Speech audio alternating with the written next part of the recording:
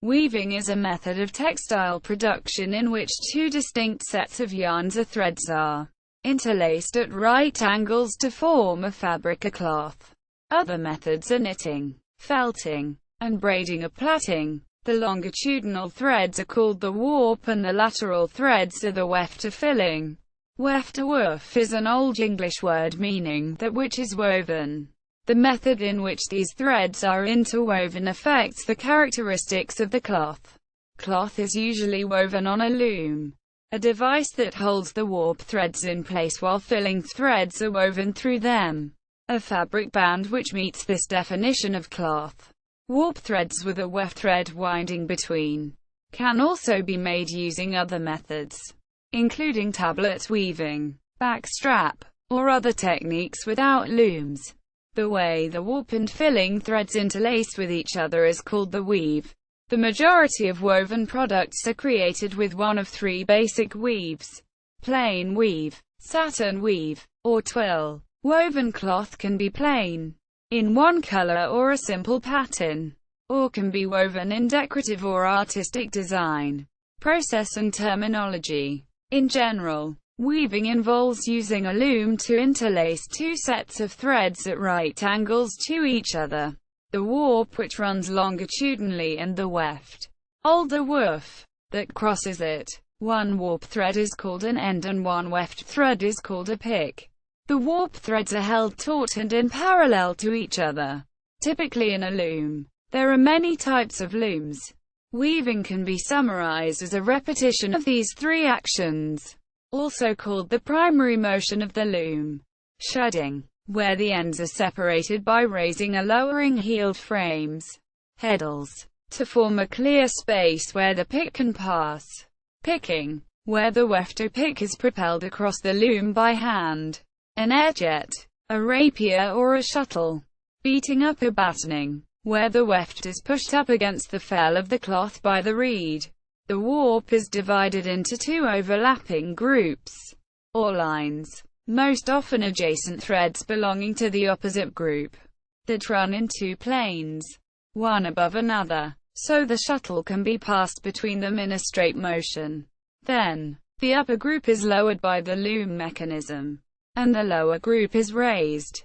Shedding, allowing to pass the shuttle in the opposite direction, also in a straight motion. Repeating these actions form a fabric mesh but without beating up. The final distance between the adjacent wefts would be irregular and far too large. The secondary motion of the loom are the let-off motion, where the warp is let off the warp beam at a regulated speed to make the filling even and of the required design. Take-up motion takes up the woven fabric in a regulated manner so that the density of filling is maintained. The tertiary motions of the loom are the stop motions, to stop the loom in the event of a thread break. The two main stop motions are the warp stop motion, weft stop motion. The principal parts of a loom are the frame, the warp beam or weaver's beam, the cloth roll, apron bar, the heddles, and the mounting. The reed. The warp beam is a wooden or metal cylinder on the back of the loom on which the warp is delivered. The threads of the warp extend in parallel order from the warp beam to the front of the loom where they are attached to the cloth roll. Each threaded group of threads of the warp passes through an opening, in a heddle. The warp threads are separated by the heddles into two or more groups, each controlled and automatically drawn up and down by the motion of the heddles. In the case of small patterns, the movement of the heddles is controlled by cams, which move up the heddles by means of a frame called a harness. In larger patterns, the heddles are controlled by a dobby mechanism, where the heels are raised according to pegs inserted into a revolving drum. Where a complex design is required, the heels are raised by harness cords attached to a jacquard machine. Every time the harness, the heddles, moves up or down, an opening, shed, is made between the threads of warp, through which the pick is inserted. Traditionally, the weft thread is inserted by a shuttle. On a conventional loom, the weft thread is carried on a pern, in a shuttle that passes through the shed. A hand-loom weaver could propel the shuttle by throwing it from side to side with the aid of a picking stick. The picking on a power loom is done by rapidly hitting the shuttle from each side using an overpick or underpick mechanism controlled by cams 80 to 250 times a minute. When a pern is depleted, it is ejected from the shuttle and replaced with the next pern held in a battery attached to the loom. Multiple shuttle boxes allow more than one shuttle to be used. Each can carry a different color, which allows banding across the loom. The rapier-type weaving machines do not have shuttles. They propel the weft by means of small grippers or rapiers that pick up the filling thread and carry it halfway across the loom, where another rapier picks it up and pulls it the rest of the way. Some carry the filling yarns across the loom at rates in excess of 2,000 meters per minute. Manufacturers such as Pick-n-All have reduced the mechanical adjustments to a minimum and control all the functions through a computer with a graphical user interface. Other types use compressed air to insert the pick. They are all fast, versatile and quiet. The warp is sized in a starch mixture for smoother running. The loom warped, loomed addressed, by passing the sized warp threads through two or more heddles attached to harnesses. The power weaver's loom is warped by separate workers. Most looms used for industrial purposes have a machine that ties new warps threads to the waist of previously used warps threads, while still on the loom. Then an operator rolls the old and new threads back on the warp beam. The harnesses are controlled by cams, dobbies or a jacquard head. The raising and lowering sequence of warp threads in various sequences gives rise to many possible weave structures. Textile production went through profound changes brought about by the Industrial Revolution in the 19th century. At the beginning of the century in America, weaving was still done by hand, both commercially and at home. Most professional weavers were men who did their work for sale. Women wove items at home for family use. By the end of the 19th century, weavers were simply mill workers who tended several water or steam-powered looms at a time. The increased speed of production brought more textiles to the average farmhouse and rendered plain weave, plain, and hopsacks, poplin, taffeta, Poltusoie, Pibionese and grosgrain, twill weave. These are described by weft float followed by warp float, arranged to give diagonal pattern. 2/1 twill, 3/3 twill, 1/2 twill. These are softer fabrics than plain weaves. Satin weave, satins and satines, complex computer-generated interlacings, pile fabrics, such as velvets and velveteens. Both warp and weft can be visible in the final product. By spacing the warp more closely, it can completely cover the weft that binds it, giving a warp-face textile such as rep weave. Conversely, if the warp is spread out, the weft can slide down and completely cover the warp, giving a weft-face textile, such as a tapestry or a kilim rug. There are a variety of loom styles for hand weaving and tapestry. History. There are some indications that weaving was already known in the Paleolithic era, as early as 27,000 years ago. An indistinct textile impression has been found at the Dolny Vesternice site.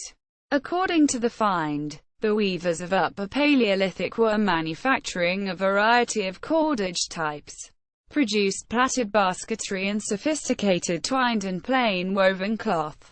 The artifacts include imprints in clay and burned remnants of cloth. The oldest known textiles found in the Americas are remnants of 6 finely woven textiles and cordage found in Guitarrero Cave, Peru. The weavings, made from plant fibers, are dated between 10,190 80 BCE. Middle East. The earliest known Neolithic textile production in the Old World is supported by a 2013 find of a piece of cloth woven from hemp. In burial F. 7121 at the Cattle Hoyuk site, suggested to be from around 7000 B.C. Further finds come from the advanced civilization preserved in the pile dwellings in Switzerland.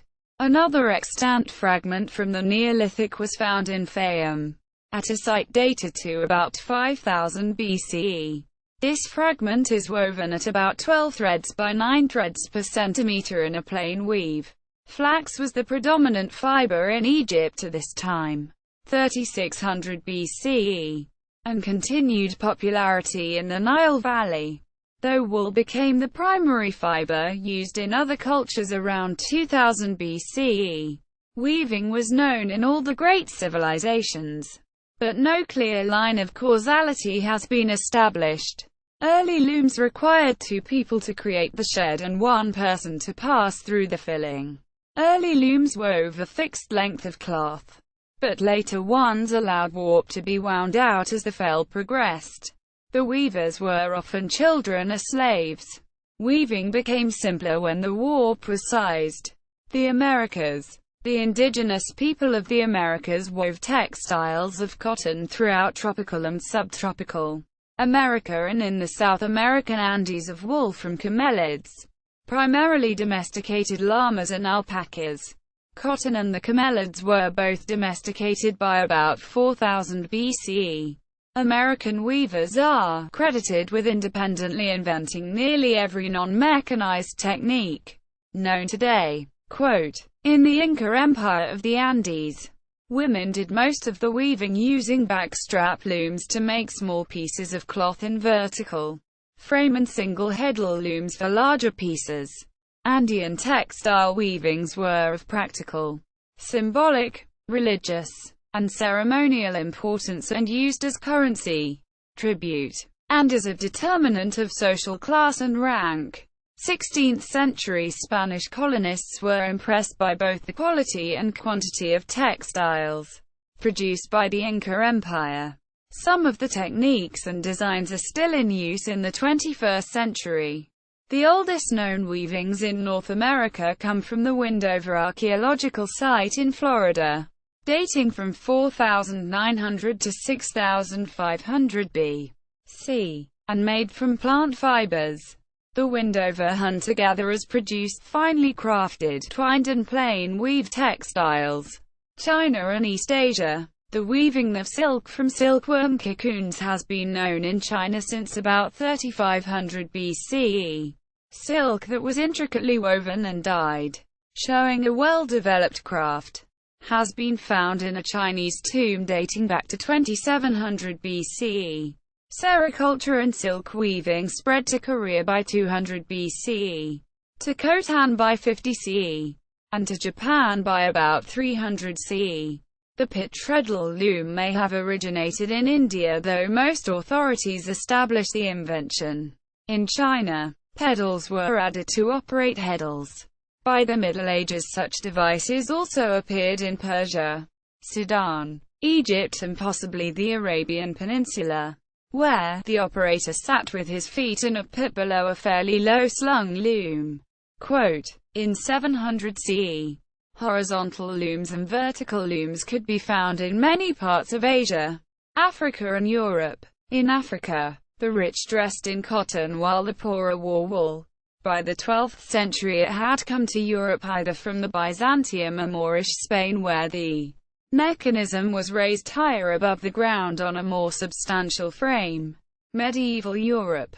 The predominant fiber was wool, followed by linen and nettle cloth for the lower classes. Cotton was introduced to Sicily and Spain in the 9th century. When Sicily was captured by the Normans, they took the technology to northern Italy and then the rest of Europe. Silk fabric production was reintroduced towards the end of this period, and the more sophisticated silk weaving techniques were applied to the other staples.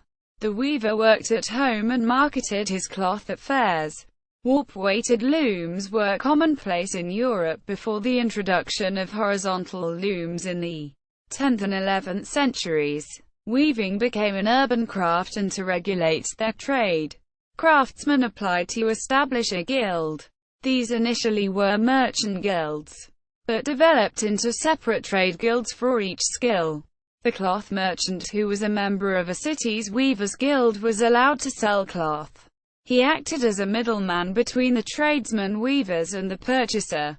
The trade guilds controlled quality and the training needed before an artisan could call himself a weaver. By the 13th century, an organizational change took place, and a system of putting out was introduced.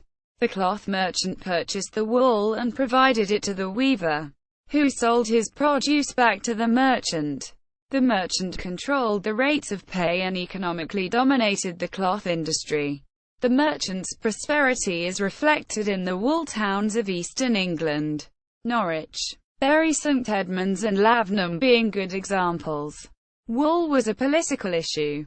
The supply of thread has always limited the output of a weaver. About that time, the spindle method of spinning was replaced by the great wheel and soon after the treadle-driven spinning wheel. The loom remained the same, but with the increased volume of thread it could be operated continuously. The 14th century saw considerable flux in population. The 13th century had been a period of relative peace. Europe became overpopulated. Poor weather led to a series of poor harvests and starvation. There was great loss of life in the 100 Years' War. Then in 1346, Europe was struck with the Black Death and the population was reduced by up to a half. Arable land was labor-intensive and sufficient workers no longer could be found. Land prices dropped, and land was sold and put to sheep pasture. Traders from Florence and Bruges bought the wool. Then sheep-owning landlords started to weave wool outside the jurisdiction of the city and trade guilds. The weavers started by working in their own homes, then production was moved into purpose-built buildings. The working hours and the amount of work were regulated. The putting-out system had been replaced by a factory system. The migration of the Huguenot weavers, Calvinists fleeing from religious persecution in mainland Europe, to Britain around the time of 1685 challenged the English weavers of cotton, woolen and worsted cloth, who subsequently learned the Huguenots' superior techniques. Industrial Revolution. Before the Industrial Revolution, weaving was a manual craft and wool was the principal staple. In the Great Wool Districts a form of factory system had been introduced, but in the uplands, weavers worked from home on a putting-out system. The wooden looms of the time might be broad and narrow. Broad looms were those too wide for the weaver to pass the shuttle through the shed, so that the weaver needed an expensive assistant, often an apprentice. This ceased to be necessary after John Kay invented the flying shuttle in 1733. The shuttle and the picking stick sped up the process of weaving. There was thus a shortage of thread or a surplus of weaving capacity. The opening of the Bridgewater Canal in June 1761 allowed cotton to be brought into Manchester, an area rich in fast-flowing streams that could be used to power machinery. Spinning was the first to be mechanized. Spinning jenny, spinning mule, and this led to limitless thread for the weaver. Edmund Cartwright first proposed building a weaving machine that would function similar to recently developed cotton spinning mills in 1784, drawing scorn from critics who said the weaving process was too nuanced to automate. He built a factory at Doncaster and obtained a series of patents between 1785 and 1792. In 1788, his brother Major John Cartwright built Revolution Mill at Retford, named for the centenary of the Glorious Revolution. In 1791, he licensed his loom to the Grimshaw brothers of Manchester, but the knot mill burnt down the following year, possibly a case of arson. Edmund Cartwright was granted a reward of £10,000 by Parliament for his efforts in 1809. However, success in power weaving also required improvements by others, including H. Horrocks of Stockport. Only during the 2 decades after about 1805 did power weaving take hold. At that time there were 250,000 handweavers in the UK. Textile manufacture was one of the leading sectors in the British Industrial Revolution. But weaving was a comparatively late sector to be mechanised. The loom became semi-automatic in 1842 with Kenworthy and Bullow's Lancashire loom. The various innovations took weaving from a home-based artisan activity, labour-intensive and man-powered, to steam-driven factories process. A large metal manufacturing industry grew to produce the looms.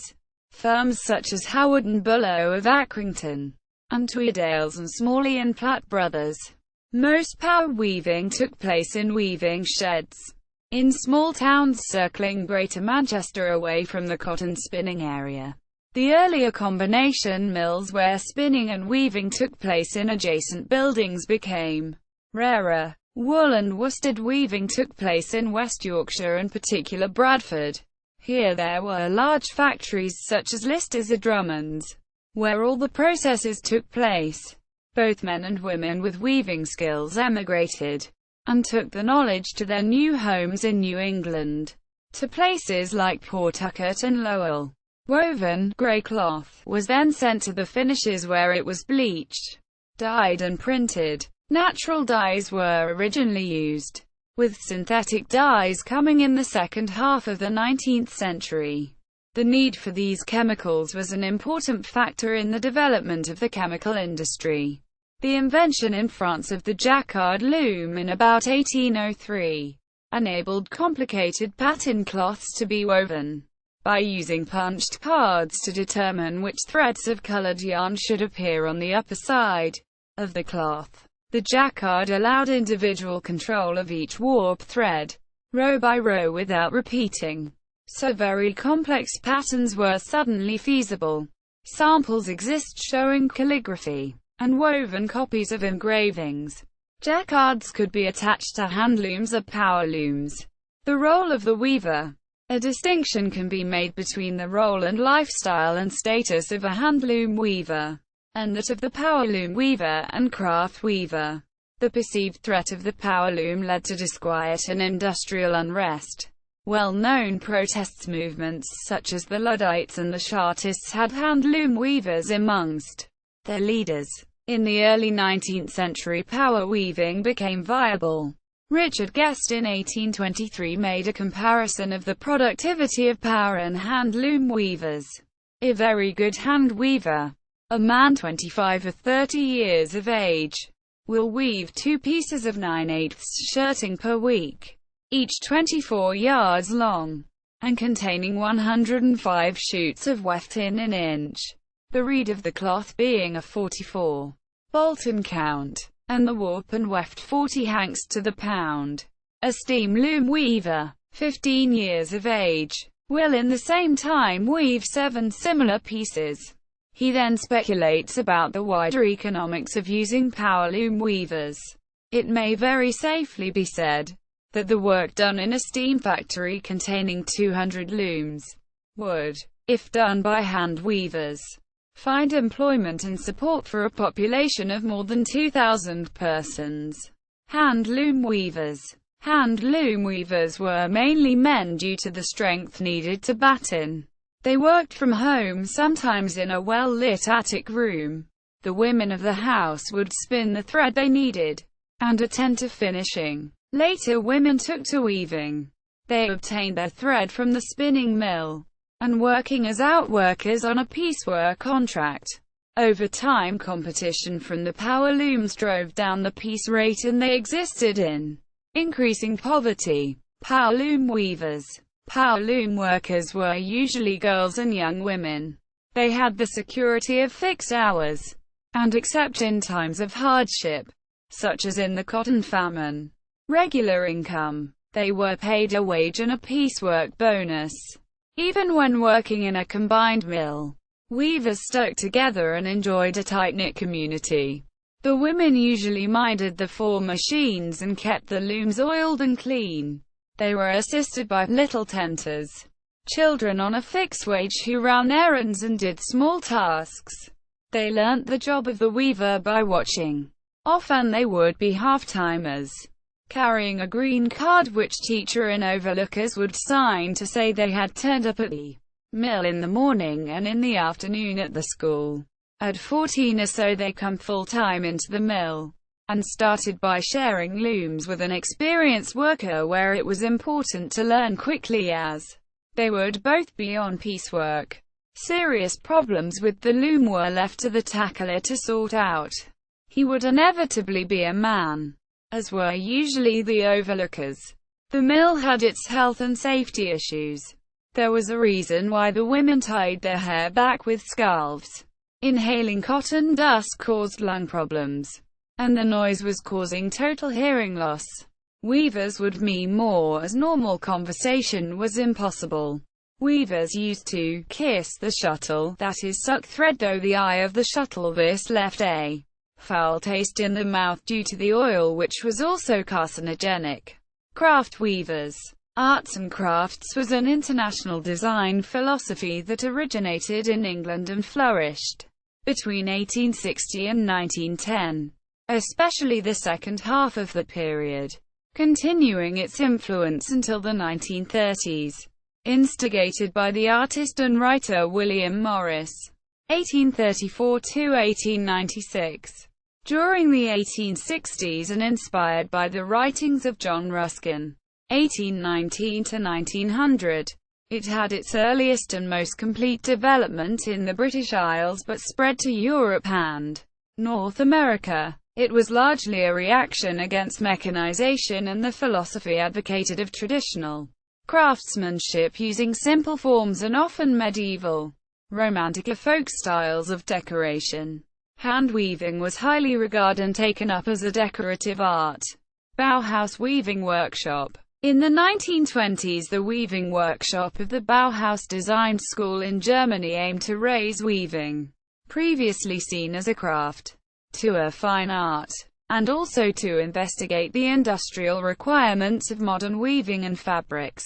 Under the direction of Gunter Stolzel, the workshop experimented with unorthodox materials, including cellophane, fiberglass, and metal. From expressionist tapestries to the development of soundproofing and light-reflective fabric, the workshop's innovative approach instigated a modernist theory of weaving.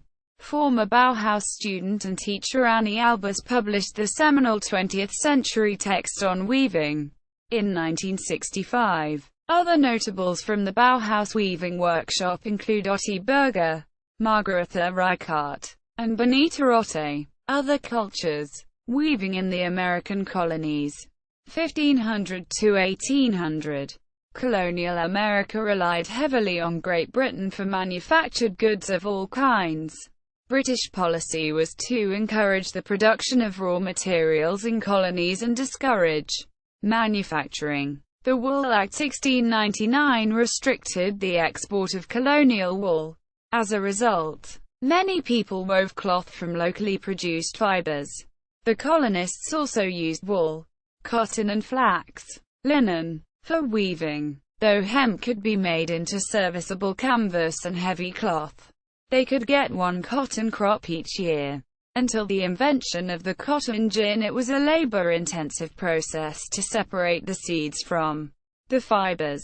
A plain weave was preferred as the added skill and time required to make more complex weaves kept them from common use. Sometimes designs were woven into the fabric, but most were added after weaving using woodblock, prints or embroidery. American Southwest. Textile weaving, using cotton dyed with pigments, was a dominant craft among pre-contact tribes of the American Southwest, including various Pueblo peoples, the Zuni, and the Ute tribes.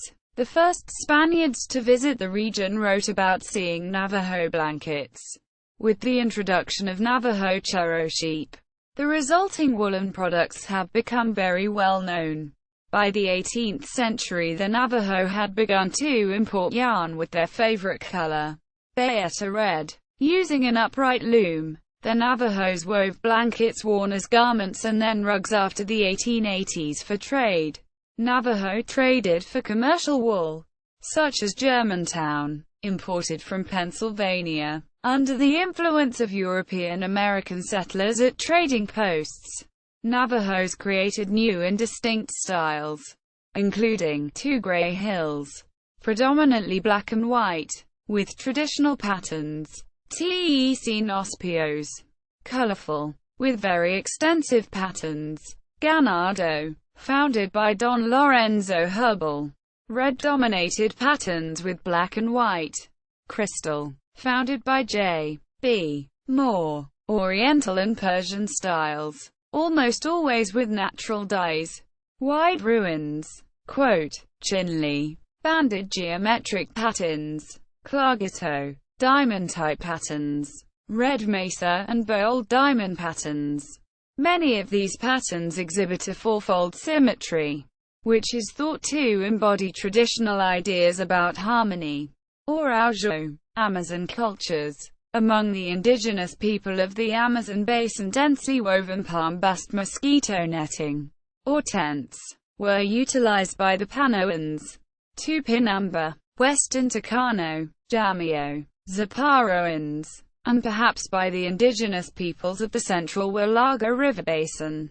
Stewart 1963. 520. Aguirre palm bast, Mauritia flexuosa, Mauritia minor, or swamp palm, and the frond spears of the chambera palm, Astrocardium chambera, A. Manbaca, A. Tucumar, also known as Camara tucum, have been used for centuries by the Urarina of the Peruvian Amazon to make cordage, net bags, hammocks, and to weave fabric. Among the Urarina, the production of woven palm fiber goods is imbued with varying degrees of an aesthetic attitude, which draws its authentication from referencing the Urarina's primordial past.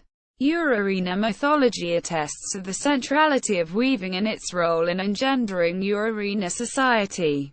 The post-diluvial creation myth accords women's weaving knowledge a pivotal role in Urarina social reproduction. Even though palm fiber cloth is regularly removed from circulation through mortuary rites, Urarina palm fiber wealth is neither completely inalienable nor fungible, since it is a fundamental medium for the expression of labor and exchange.